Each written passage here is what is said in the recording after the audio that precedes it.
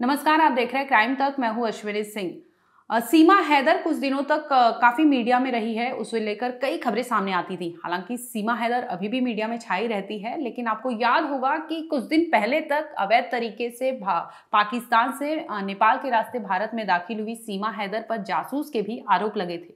आज इस वीडियो में बताएंगे कि आखिर सीमा हैदर पर जांच कहां तक पहुंचा है। यानी पुलिस, एटीएस समेत कई जांच एजेंसियां उसके पीछे पड़ी थी। जांच लगातार की जा रही थी, पूछताछ हुई थी। रबुपुरा गांव में उसके घर पर पूछताछ हुई थी, जिसके बाद मीडिया ने भी कई इंटरव्यू लिए थे, जिसमें वो यही कह रही थी, अपने ऊपर लगे आरोपों का खंडन कर रही थी। वो कहती थी कि वो प्यार में ही आई है, ना कि वो जासूस है। लेकिन फिर भी पाकिस्तान का सवाल था, इसकी वजह से पुलिस लगातार पूछताछ कर रही थी। मीडिया भी कवरेज दे रही थी कि आखिर सीमा हैदर सच में जासूस है कि नहीं। इस पर कई ऐसे रिपोर्ट सामने आए थे।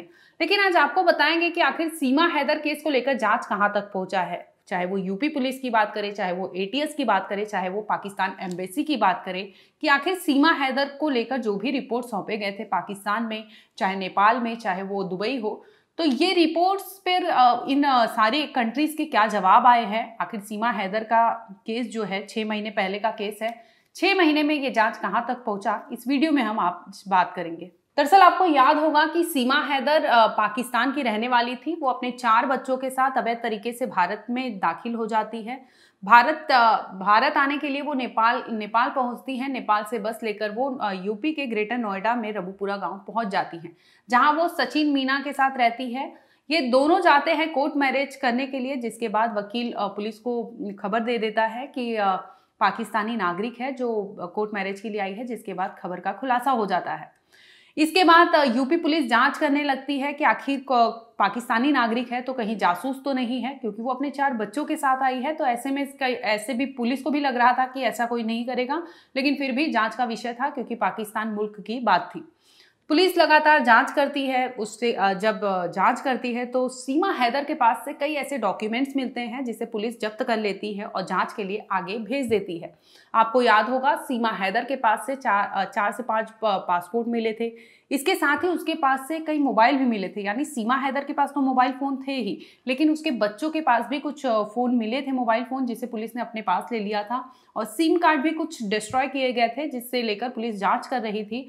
और उस सारे डेटा को कलेक्ट करके पुलिस ने इकट्ठा किया था। चाहे वो पासपोर्ट की बात करे, चाहे मोबाइल की बात करे, चाहे वो सिम कार्ड की बात करे, सारी चीज़ों को पुलिस अपने पास इकट्ठा करती है और वो पाकिस्तान एम्बेसी को ये सारी चीज़ों के डॉक्यूमेंट्स भेजती है कि क्रॉस चेक करने के लिए क्या सीमा हैदर जो कुछ भी कह रही है वो सही है।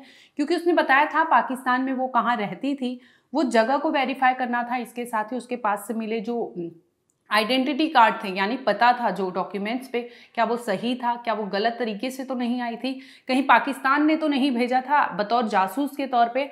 तो इस सारी चीज़ों को एटीएस ने अपने जांच में सारी रिपोर्ट्स बनाई, और जिसके बाद पाकिस्तान एम्बेसी में इसे भेज दिया गया था। लेकिन आपको जानकर हैरानी होगी कि लगभग 6 महीने हो गए इस केस को लेकर, लेकिन पाकिस्तान से कोई भी जवाब नहीं आया। क्योंकि सीमा हैदर पहले तो पाकिस्तान से फ्लाइट लेती है दुबई के लिए, जिसके बाद दुबई से वो नेपाल आती है। नेपाल के बाद वो यूपी के रास्ते से ग्रेटर नोएडा पहुंचती है। तो ये सारी चीज़ों की कड़ियाँ पुलिस एक एक करके जोड़ने लग रही थी। यानी जैसे उसने पाकिस्तान छोड़ा तो वो दुबई गई, दुबई छोड़ा तो वो नेपाल गई, नेपाल छोड़ा तो वो यूपी में दाखिल हुई। तो ये सारी कड़ियाँ पुलिस को जोड़ना था, जो पुलिस अपने जांच में कर रही थी। इसके साथ ही पुलिस ने उसके पास से मिले थे जो पासपोर्ट मिले थे, जो सारे डॉक्यूमेंट्स मिले थे, बतौर एविडेंस अपने पास रखा, जब्त किया। जिसके बाद उन्होंने सारी कंट्रीज, यानी पाकिस्तान हो, नेपाल हो और दुबई हो, यहाँ क्रॉस वेरीफाई करने के लिए भेज दिया गया। लेकिन आपको जानकर हैरानी होगी कि 6 महीने हो गए हैं, लेकिन फिर भी इस पर कोई जवाब नहीं आया। यानी कहीं ना कहीं अभी भी पुलिस जांच कर रही है। यहाँ भारत में तो जांच चल रही है, लेकिन जब तक वो रिपोर्ट नहीं आएगा तब तक पुलिस इस पर चार्जशीट दाखिल नहीं करेगी। ये मामला अभी तक ठंडे बस्ते में पड़ा हुआ है, क्योंकि पाकिस्तान से कोई जवाब नहीं आया है। अब बात करेंगे कि आखिर पुलिस ने कौन से ऐसे डॉक्यूमेंट्स भेजे हैं जिससे वो क्रॉस वेरीफाई करेंगे और अपना जवाब देंगे। यानी पाकिस्तान की बात हो रही है, जहां पर उन्होंने 4 मोबाइल भेजे हैं। इसके साथ ही सीमा का कोई टेस्ट रिपोर्ट है और 4 पेज का डॉक्यूमेंट्स है, बतौर सीमा का स्टेटमेंट होगा जो उसने बताया होगा कि कैसे क्या उसने किया था। इतना ही नहीं, वो पाकिस्तान में रहकर भी पबजी के थ्रू सचिन के कांटेक्ट में थी। तो ये सारी चीज़ें, ये सारी कड़ियाँ पुलिस जोड़ने की फिराक में थी, लेकिन फिर भी पाकिस्तान से जब तक जवाब नहीं आएगा इस खबर को लेकर, सीमा हैदर को लेकर, तब तक ये सवाल, ये तलवार उठता रहे, सीमा पर टंगा ही रहेगा कि वो जासूस है या नहीं। फिलहाल पुलिस ने उसे जांच के लिए छोड़ा ही हुआ है, कोई क्लीन चिट नहीं दिया है।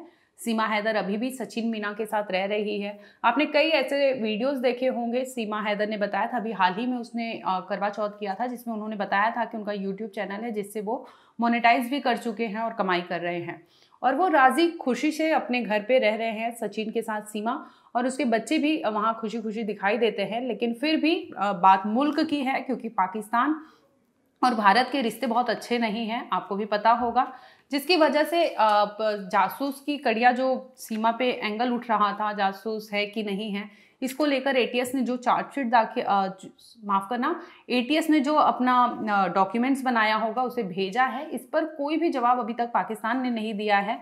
फिलहाल ये मामला ऐसे ही पड़ा हुआ है, जब तक वहां से रिपोर्ट यहाँ नहीं आएगी तब तक सीमा हैदर को क्लीन चिट नहीं मिल सकता। यानी सीमा हैदर अभी भी पुलिस की निगरानी में है। वो जो भी एक्टिविटी करती है, जो भी उसके चीज़ें होती है, उसके अगल बगल हो या आस पड़ोस में हो, तो सारी निगरानी पुलिस अपने पास रखती होगी, सारे इन्फॉर्मेशन अभी भी पुलिस के पास होंगे। हालांकि जब सीमा हैदर से पूछा गया था कि आप जासूस हैं या नहीं, आपने देखा होगा कि सीमा हैदर का एक फोटो भी वायरल हुआ था, जिसमें उसे बताया गया था कि एक आर्मी का उसने कपड़ा पहना था। हालांकि वो फेक फैक्ट चेक किया गया तो फेक था इमेज उससे, लेकिन फिर भी सीमा हैदर पर पुलिस अभी क्लीन चिट तो नहीं दी है, जांच का विषय बना पड़ा है। जैसे ही पाकिस्तान से कोई जवाब आएगा तभी ये मामला बढ़ेगा। वहीं अगर बात करें पाकिस्तान से गुलाम हैदर की, सीमा हैदर के जो पति है गुलाम हैदर, उनका भी वीडियो सामने आया था। उन्होंने भी अपने कराची में रिपोर्ट दर्ज करवाई थी, जिसमें उन्होंने शिकायत दर्ज कराई थी कि उनकी पत्नी जो है सीमा हैदर वहाँ मोबाइल लेके गई थी, और मोबाइल के जो पैसे थे, ईएमआई के पैसे थे, वो ईएमआई के लिए रखी थी, जिसकी वजह से गुलाम हैदर को वो पैसे भी पे करने पड़े। यानी कुछ पैसे लेकर वो भारत आई थी, जिससे उन्होंने शिकायत दर्ज करवाई थी और कहा था कि सीमा हैदर मोबाइल लेके गई है, कितने तो फ़ोन लेके गई है। इसके साथ ही गुलाम हैदर ने ये तक कहा था कि अगर सीमा हैदर नहीं आना चाहती अपने वतन वापस तो ना आए, लेकिन उनके बच्चों को वो वापस भेज दे। इस पर सीमा हैदर ने कहा था कि उसके बच्चे वो जहाँ रहेगी वहीं रहेंगे, उसके बच्चे कहीं नहीं जाएंगे। लेकिन गुलाम हैदर ये तक कह डाले थे कि वो हो ना हो भारत आएंगे और अपने बच्चों को ले जाएंगे, भले ही सीमा उसके साथ ना जाए। लेकिन वो आते तो नहीं हैं। 6 महीने से ज़्यादा का समय बीत चुका है और सीमा अपने पति सचिन के साथ यहाँ खुशहाल है, अपने बच्चों के साथ रह रही है। फिलहाल आपको बता दें कि इस केस में पाकिस्तान से कोई जवाब नहीं आया है। वहीं नेपाल और दुबई में भी क्रॉस चेकिंग के लिए, क्रॉस वेरीफाई करने के लिए डॉक्यूमेंट्स भेजे गए हैं। ये अभी तक इस पर भी कोई जवाब नहीं आया है, जिसे लेकर यूपी पुलिस की जाँच पड़ी हुई है और चार्जशीट दाखिल नहीं हुआ है। जैसे ही इन कंट्रीज़ के जवाब आएंगे सीमा हैदर को लेकर, वो फौरन चार्जशीट दाखिल करेंगे, जिसमें आपको पता चलेगा कि आखिर सीमा हैदर को लेकर पुलिस ने क्या रवैया रखा है, अपना क्या स्टैंड रखा है। फिलहाल इस मामले में इतना ही। आप देखते रहिए क्राइम तक।